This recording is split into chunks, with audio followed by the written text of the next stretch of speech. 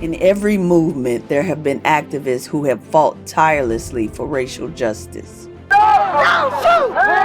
Don't shoot! In this series, we dive into the lives of activists who stood on the front lines of two pivotal eras of the Black liberation movement, the Civil Rights Movement. The church is always supposed to be the safe sanctuary if you're sitting in there. But we were amazed while we were in there. And the uprisings following the tragic death of Mike Brown. We've seen officers respond in such a heavy way that dogs out, tanks, tear gas, M16s, like this was Iraq. For these activists, what was there to gain? Or, better yet, what was there to lose in their fight for freedom?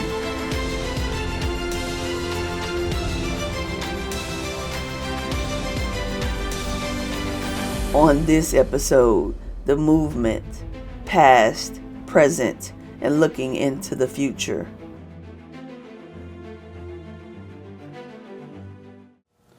Welcome to I Bear Witness, Freedom Fighters on the Front Line. I'm your host, Tiffany Lee.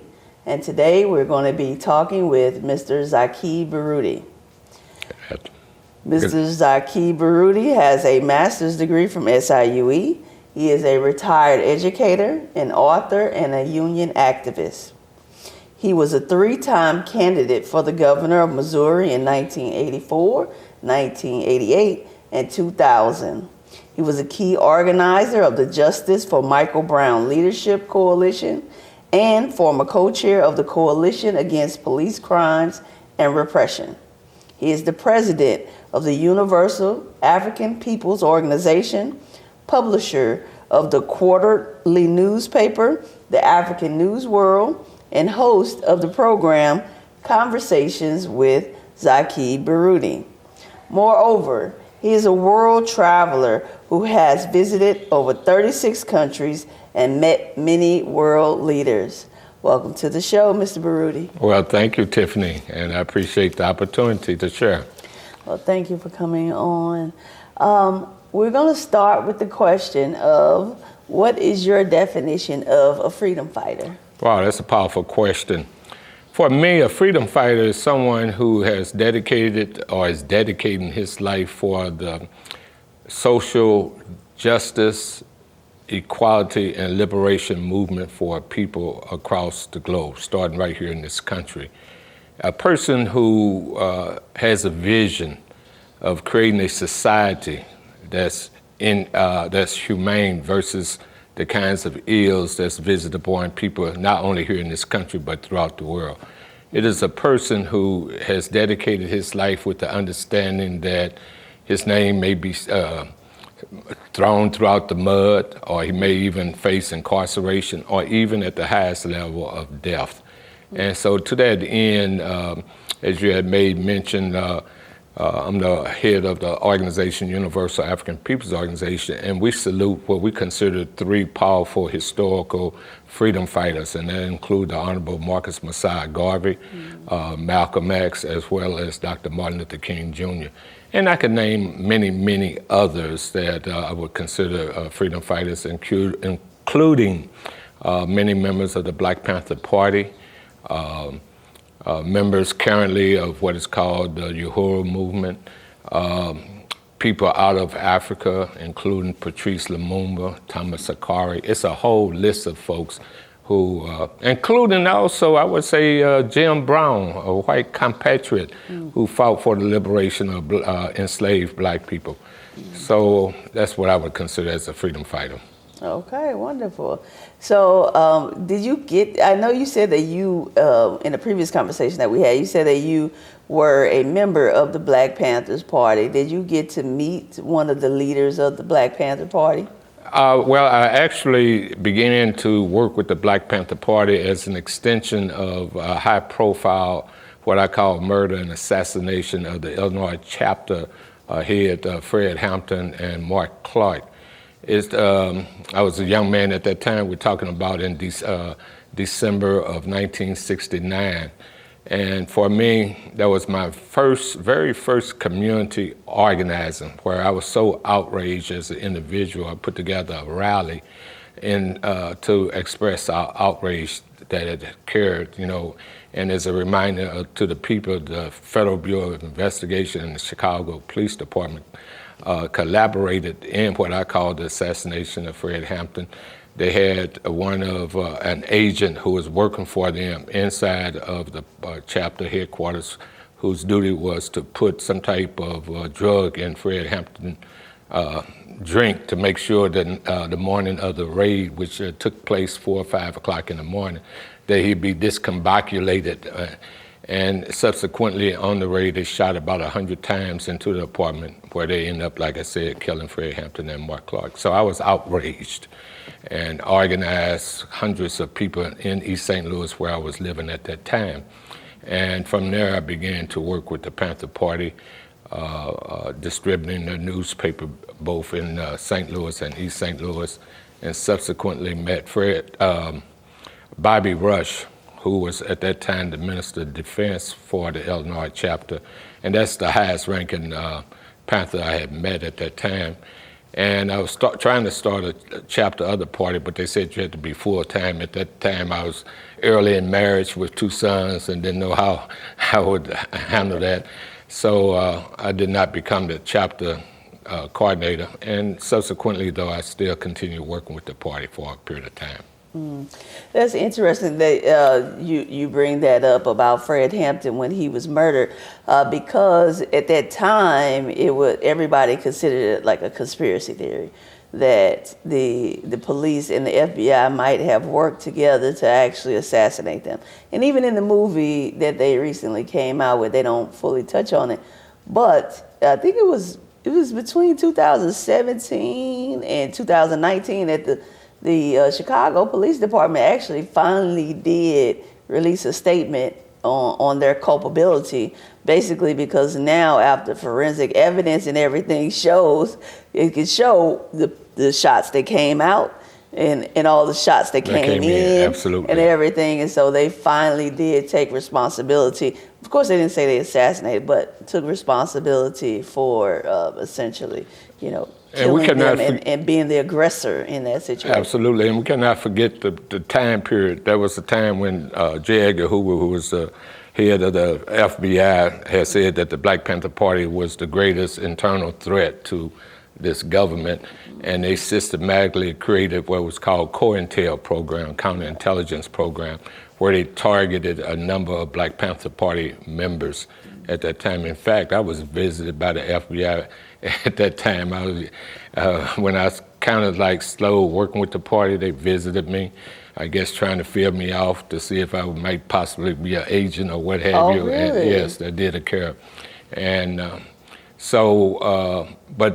but historically, the U.S. government has targeted progressive Black leadership, including the Honorable Marcus Messiah Garvey, who the FBI placed agent within his movement, the Universal Negro Improvement Association, and collaborated on false charges against him, where he eventually was incarcerated and then eventually deported. It was like the White Star Line. Black Star Line. Okay. Right, well, that would make sense. Right, and what were they saying, that it was fraud or like money laundering, something like that? Right. Okay, yes, I remember that. Okay, wow. Huh.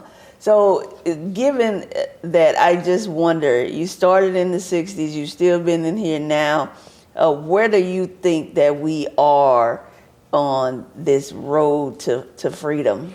First of all, I always say that on the road to freedom, if we live here within this country, we say that then we should have full access to all the opportunities that should exist, and that there should not be the systematic attack on masses of Black folks, not all Black folks, through mass incarceration. Mm-hmm. Here in this country, you have the largest prison population in the world, right here in this country, and disproportionate is the numbers look like you and I and other brown people.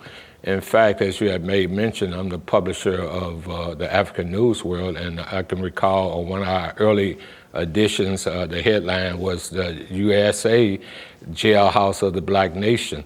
And at that time, apartheid was still existing in South Africa, and our statistics pointed out that it was still more black people incarcerated percentage-wise here in the United States than at that time in apartheid South Africa. Really? Yes. I just wish I had those statistics in front of me. But yeah, totally. And then also the epidemic of police violence that's directed against black people. And that's why, as you had the introduction, that I was a former co-chair of the Coalition Against Police Crimes and Repression. And a high-profile example and how that even came about was through a overt police violence disregard in our community, where in 1983, white officer Joseph Ferrario was chasing a black teenager who he knew where she was living in a hot summer evening in August of 1983. And as he was chasing him, he pulled out his pistol in the early evening hour and pointed at her, shot at her, missed her, but shot a mother, daughter sitting on the porch of her home, minding her own business. And that caused great uproar, similar to what happened to Mike Brown here in St. Louis. And out of that, came our struggle for trying to get justice. So we, as a people, there also used to be a terminology called DWI, DWB, driving while black, where, like, proven in Ferguson, black people are disproportionately stopped by the police, searched, and so that's again another overt example of racism and the fight to have that removed from society. And the way to do that is really have community control of the police departments. So then the question is, in the 80s, you were fighting this fight, and you said, and then the same thing happened around Mike Brown. Have we moved forward? We have not moved forward to the degree that it should be, no. Not. I mean, in terms of addressing that, you still have what we consider the murderer of Mike Brown walking the street, and really I actually profited from him. Although we do have some isolated cases where justice has been dealt out toward those officers who disrespect us, including the officer involved in the murder of George Floyd.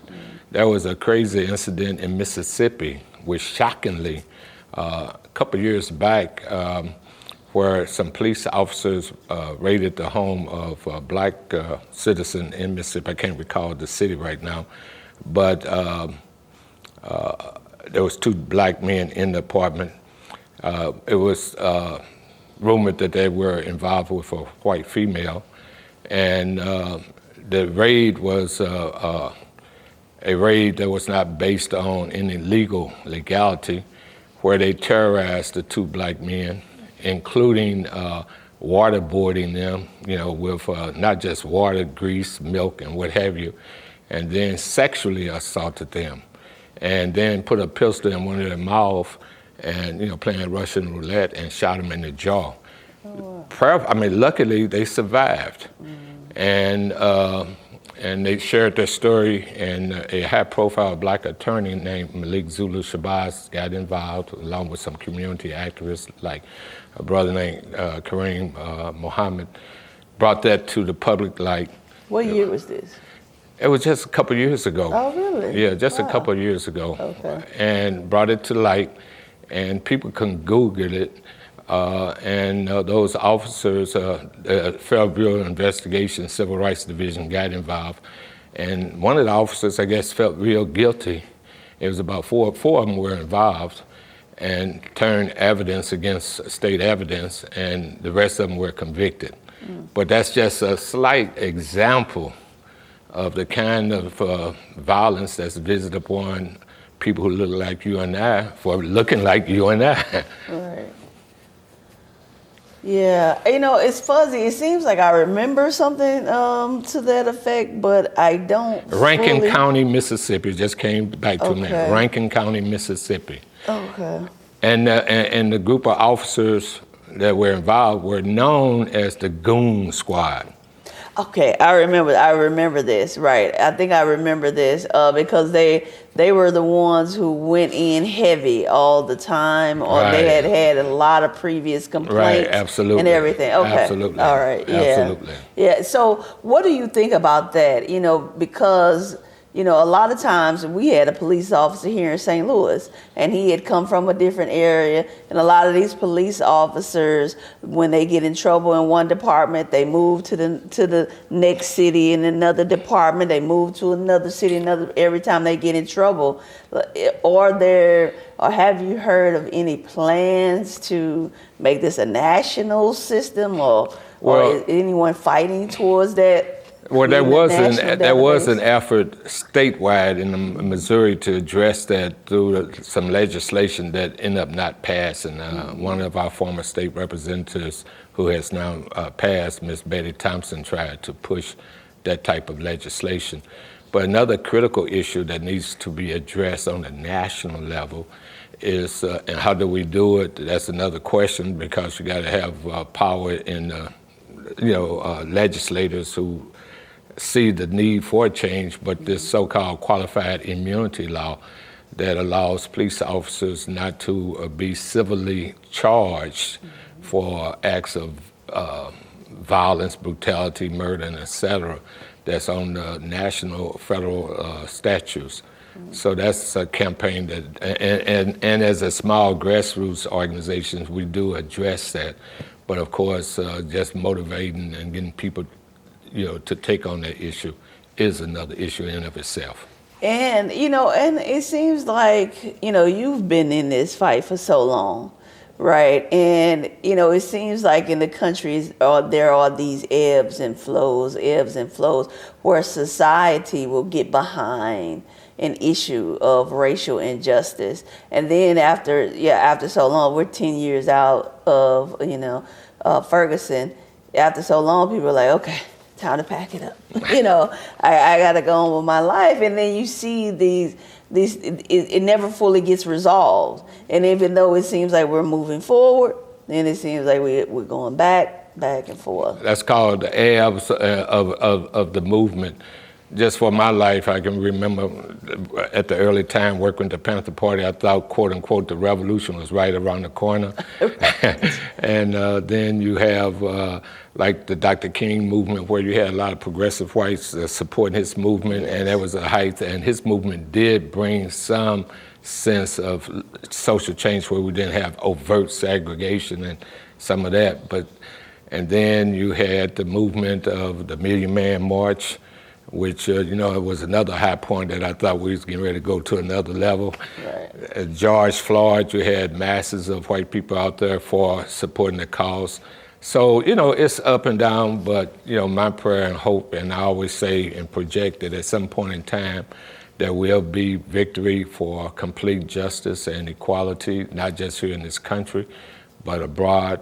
And for me, we have to really be real to know that the real issue here in this country is the form of the economic system that's called, from my perspective, capitalism. Mm-hmm. That really you have a billionaire/millionaire class of people who are totally profit-driven, don't give a toot about the ordinary people, especially black people, as well as poor white people and other folks. They just don't understand it. They don't understand it. They don't just don't understand it. Fred Hampton, that's why they had to get rid of Fred Hampton, right? Because he was bringing together all of the people. Absolutely. The black people, the brown people, the white poor people, like everybody, and they had to get rid of them. And see, the system uses its institutions to keep people divided. In fact, in our upcoming issue of our newspaper, we go into that.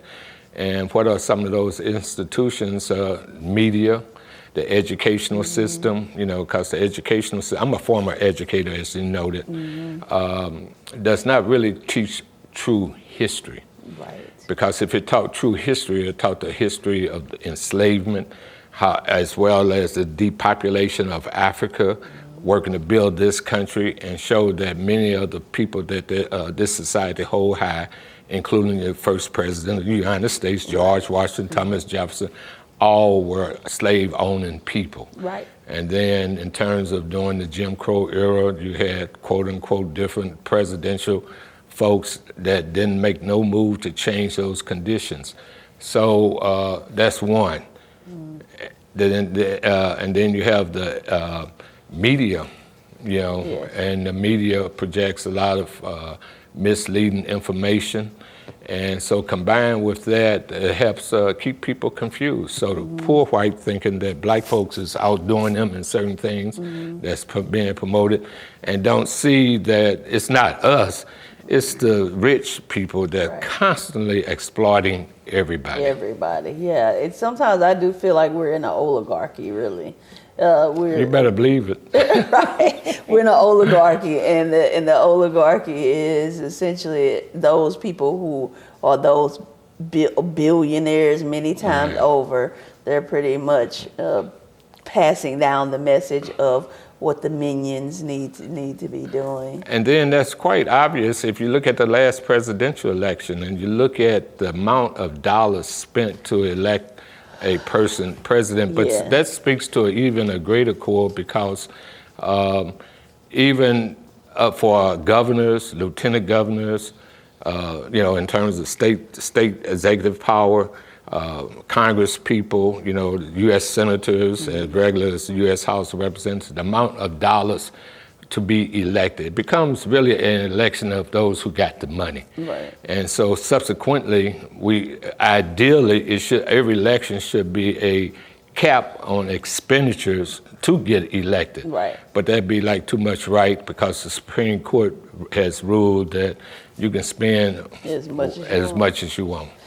You know what, and it's interesting that you say that, because I was thinking about that, because all of us listeners out there sitting here, we all got 1,000 text messages saying, donate to this person, donate to that person. You know, we gonna win if you do this. Right. We right here if you do this. I mean, it was almost like a telemarketing commercial, right? I mean, we were overly exposed to that, and I, me personally, I did give because I feel like we all need to be a part of making the system.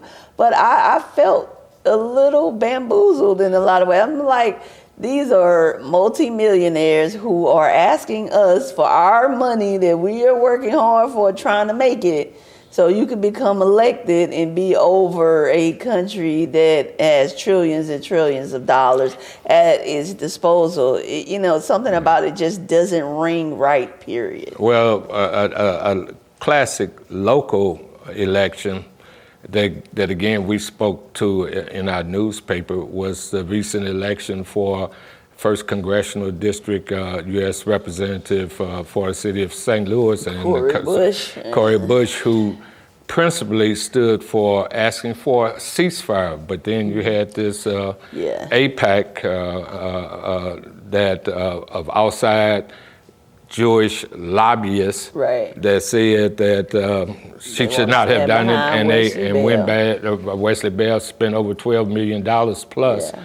So again, that's the money aspect of this system, which is again reflective of an economic system that, as I say publicly, don't give a damn about you, me, anybody else that's of middle class or lower class of people. Yeah, and you know, you're talking about the, so Cori Bush essentially came out and, you know, she asked for a ceasefire in the Middle East. Right. In some way she was supporting the Palestinian argument. Now, of course, you know, we saw in the news that it was a lot of young Jewish people who were also saying we need this ceasefire and so forth. Right. But I have always wondered about that. I was in conversation with some people about the past movement in the 60s and so forth, and I'm wondering about this connection between the Black liberation movement and Palestinian, because I would have to say I don't understand it fully. Okay. So what is that? First of all, people have to have do their due diligence in studying that particular conflict. I mean, it goes back historically, where Great Britain, which had was part of the colonizers in that area, had declared what was called the Balfour Declaration, that was saying that there should be a Jewish homeland. Right, Jewish state. And then you had the movement after World War II to create the Jewish state. Right. But we have to understand the Jewish people, the Palestinians, and the Christians on that land, we're all living in peace, basically. Okay. But then after World War II, there was a movement to create the state, and which was created in, 1948, I believe, or 47, 48. And from that time on, you've had, because many of the Palestinians' lands were taken from them, and there was many different kinds of oppression toward the Palestinians, which caused many of the Palestinians to have a resistance to that situation, which led up to what we see today with what happened on October the 7th, then the subsequent onslaught of Israel military power upon the masses of the Jewish people who are not even, I mean, not the Jewish people, the Palestinians, which we say is a genocide. And that I'm glad to see that the International Criminal Court has, even though they may not have the power, they had power with what they call many African violators of genocide, but Netanyahu has been charged by the International Criminal Court, yes. So as well as one other thing, many times there's been resolutions condemning Israel's actions by the United Nations, but most time they've been vetoed by one political nation, and that's the United States. So the United States, along with Britain, have been kind of, as I see it, in our organization, cohorts in what has been taking place there. So I think too, I actually just saw something on the news yesterday where now there are more Jewish voices coming forward saying essentially Netanyahu may be continuing this war so he can continue to have his power over the country. And we can't forget, just prior to October 7th of last year, there were masses of Jewish people calling for him to resign because he was trying to, I guess, almost become like a dictator or what have you at that time, changing, I believe, the court system. So yes, the masses of the people a number of Jewish people were against Netanyahu for a period of time.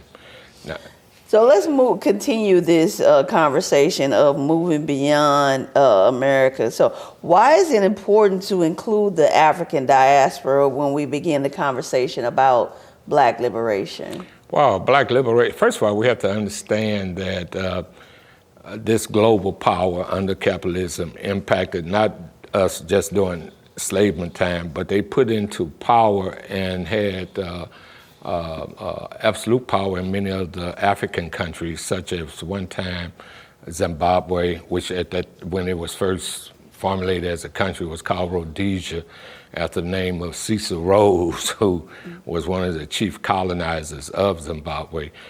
And Africa was purposely underdeveloped. We have to understand that. After absolute power, basically the Europeans colonizing Africa, which came as an extension, and people can research it, the Berlin Conference of 1884, where various countries of Europe came together and they say, we're going to partition Africa. The Germans would take control of this territory, the British this territory, the Portuguese this territory, the English this particular territory. They carved it up. And you still have vestiges of that system.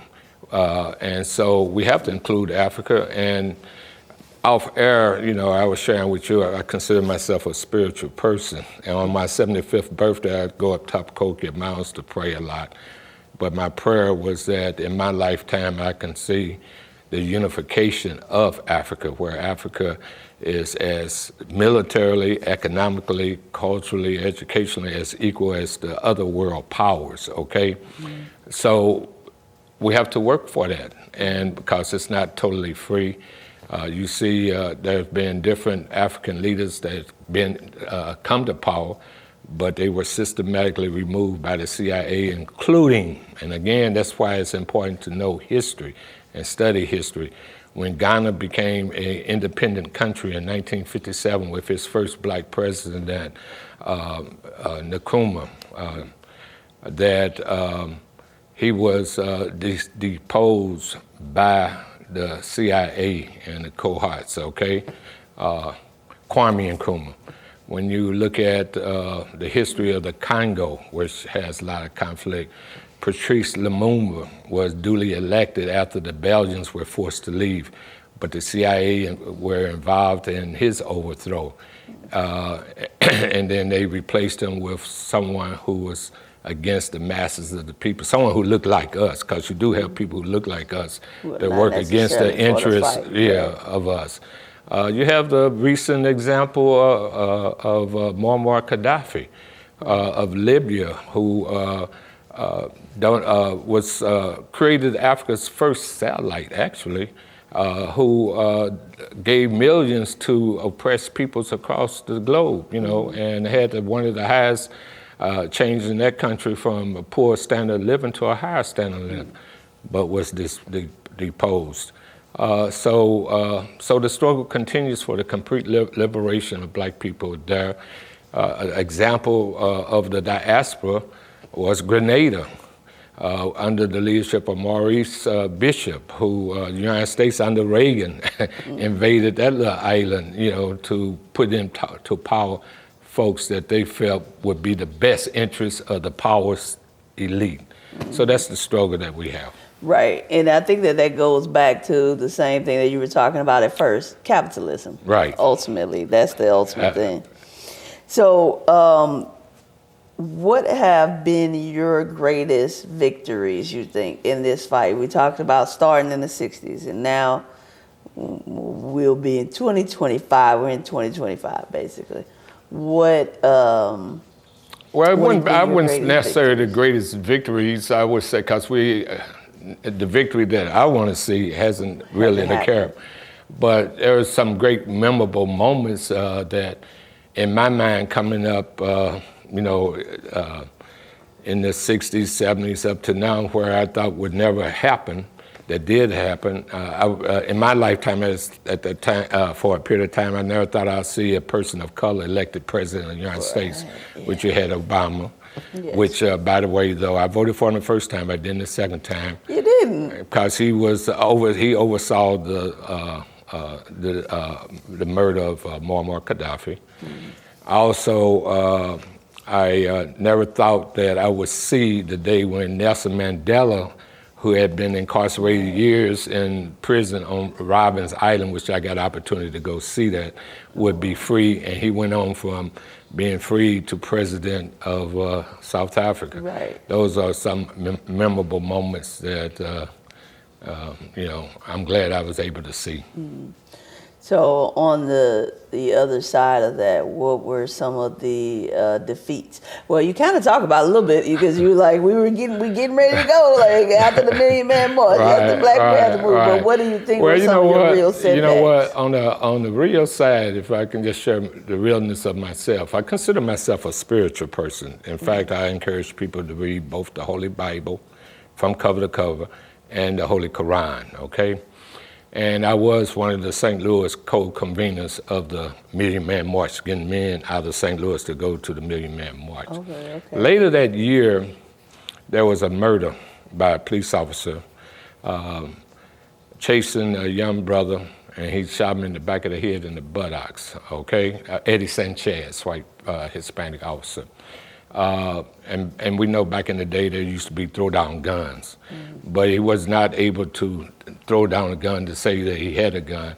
He ended up getting fired from the St. Louis Police Department because he had unauthorized weapons in his car. Oh, wow. But we, part of the Coalition Against Police Crimes and Repression, wanted him still charged for, murder or some kind of charge. At that time, you had prosecuting attorney D. Joyce Hayes. And we're demonstrating, calling for, him to be charged, which he eventually was not. But I had a sign that said, "Terminate racism, terminate D. Joyce Hayes," that was published in some of the local black newspapers. And terminate means to get rid of. Right. As a political activist, I've always encouraged people to run for political office. In this instance, I asked a young black attorney named Donnell Smith to run for against her, as a way of not just having to protest, but to seize some power to make some social justice changes, policies. Right. And he did. He ran an effective campaign, but we lost. But I was so disheartened because a lot of the black elected officials and some of the activists, to me, didn't come to the forefront to help in this movement. I was ready to give up. And let me just say publicly, I was ready to give up. I was saying, the heck with this. Right. But for me, I always say, God is good, God is great. Because I ended up being blessed with a trip. And I dream all the time. Let me just say this, I dream nonstop. But in this instance, on this trip that I had, it was an expense-paid trip to an island country. I had a dream that I was at this church, and I had asked this minister, could I speak? He said, yes. So I asked him, what chapter of the Bible, to speak from? He said, Genesis 7. So in the dream, I go upstairs, get the Bible, come back down. As I'm coming down, I stumbled, but I caught myself, went into the pulpit, and I preached. So that's the dream, that's in the dream. That morning, I'm waking up, say, damn, I ain't never dreamed nothing on scripture. Right. So I look in the Bible, and Genesis 7 is dealing with Noah's Ark. So for me, I'm trying to interpret, for me, the dream. So I looked at it at two ways. One, when I almost stumbled, was when I was ready to give up. Okay, then number two, Noah's Ark, irregardless, Noah, according to the Bible, went among the people saying, hey, y'all, you better wake up, it's going to be flooding and all of this other stuff, that I got to do what I got to do as far as doing God's will, and that's speaking truth to power. Mm-hmm. And that's where, was my worst moment, getting ready to give up.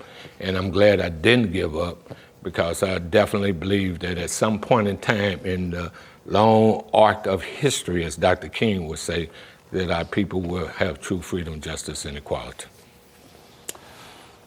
I think that's the perfect place to end this. That's it. I mean, it really is. Thank you for your service. Thank you for continuing to fight as you have. And hopefully we will see that progress in the long arc of history. Absolutely, absolutely. Thank you again, and may God continue to bless you. All right, thanks so much.